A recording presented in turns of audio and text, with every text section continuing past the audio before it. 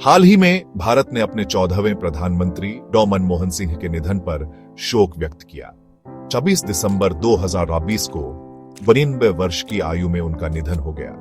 7 दिन के राष्ट्रीय शोक की घोषणा इस आदरणीय राजनेता के प्रति सम्मान का प्रतीक थी। डॉ सिंह अपने शांत स्वभाव और तेज बुद्धि के लिए जाने जाते थे। वे अंतर्राष्ट्रीय स्तर के एक जाने माने अर्थशास्त्री थे, जिन्होंने भारत के आर्थिक परिदृश्य को आकार देने में महत्वपूर्ण भूमिका निभाई। सर्वोच्च पद तक डॉ सिंह का सफर अद्भुत रहा। उन्होंने एक शांत गरिमा के साथ सत्ता के गलियारों को पार किया, जो उन्हें दूसरों से अलग करती थी। प्रधानमंत्री के रूप में उनका कार्यकाल स्थिर आर्थिक प्रगति और सामाजिक कल्याण के प्रति प्रतिबद्धता से चिह्नित था। हालांकि अपनी राजनीतिक उपलब्धियों से परे डॉ सिंह एक विशिष्ट व्यक्तिगत पहचान के लिए भी जाने जाते थे। उनकी नीली पगड़ी, यह साधारण सा दिखने वाला पहनावा उनके जीवन के एक महत्वपूर्ण दौर और दुनिया के एक प्रमुख शैक्षणिक संस्थान के साथ उनके स्थायी संबंध को दर्शाता था। डॉ सिंह की नीली पगड़ी की कहानी उनके सार्वजनिक व्यक्तित्व के पीछे के व्यक्ति की एक झलक पेश करती है, जो उनकी भावनाओं की गहराई और अपनी बौद्धिक जड़ों पर उनके गर्व को प्रकट करती है।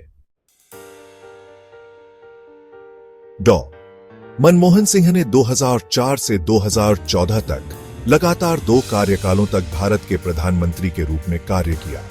उनका नेतृत्व महत्वपूर्ण वैश्विक आर्थिक परिवर्तन के दौर से भारत का मार्गदर्शन करने में महत्वपूर्ण भूमिका निभाई। उन्हें भूमंडलीकरण और उदारीकरण के एक युग की शुरुआत करने का श्रेय दिया जाता है, जिसने भारत को एक प्रमुख आर्थिक शक्ति के रूप में विश्व मंच पर स्थापित किया। प्रधानमंत्री बनने से पहले ही डॉ सिंह भारत के आर्थिक परिदृश्य पर एक अमिट छाप छोड़ चुके थे। 1998 से 1996 तक प्रधानमंत्री पीवी नरसिम्हा राव के अधीन वित्त मंत्री के रूप में उन्होंने अभूतपूर्व आर्थिक सुधारों की शुरुआत की, जिसने भारत के बाद के आर्थिक उछाल की नींव रखी। इस महत्वपूर्ण मोड़ पर अर्थव्यवस्था के उनके कुशल संचालन ने उन्हें व्यापक प्रशंसा दिलाई और एक दूरदर्शी नेता के रूप में उनकी प्रतिष्ठा को मजबूत किया। सार्वजनिक सेवा के प्रति उनकी प्रतिबद्धता प्रधानमंत्री के रूप में उनके कार्यकाल से आगे भी जारी रही। वे 1998 से 2024 में अपने निधन तक संसद के उच्च सदन राज्यसभा का प्रतिनिधित्व करते हुए संसद सदस्य बने रहे। इस भूमिका में उन्होंने राष्ट्रीय नीतिगत बहसों में अपनी विशेषज्ञता और अनुभव का योगदान देना जारी रखा और आर्थिक प्रशासन के मामलों में एक सम्मानित आवाज बने रहे। डॉ सिंह की नीली पगड़ी की कहानी हमें कैम्ब्रिज यूनिवर्सिटी में एक छात्र के रूप में उनके शुरुआती वर्षों में ले जाती है। बौद्धिक खोज और विकास के इस दौर में पहली बार नीली पगड़ी उनकी पहचान का हिस्सा बनी। उनकी असाधारण शैक्षणिक क्षमताओं ने उन्हें कैम्ब्रिज में जगह दिलाई, जहां उन्होंने अर्थशास्त्र में आगे की पढ़ाई की। कैम्ब्रिज में डॉ सिंह की तेज बुद्धि और शांत परिश्रम पर किसी का ध्यान नहीं गया। उन्होंने न केवल अपने अकादमिक कौशल के लिए, बल्कि अपने विशिष्ट हेडवियर के लिए भी अपने साथियों और प्रोफेसरों पर एक स्थायी प्रभाव छोड़ा।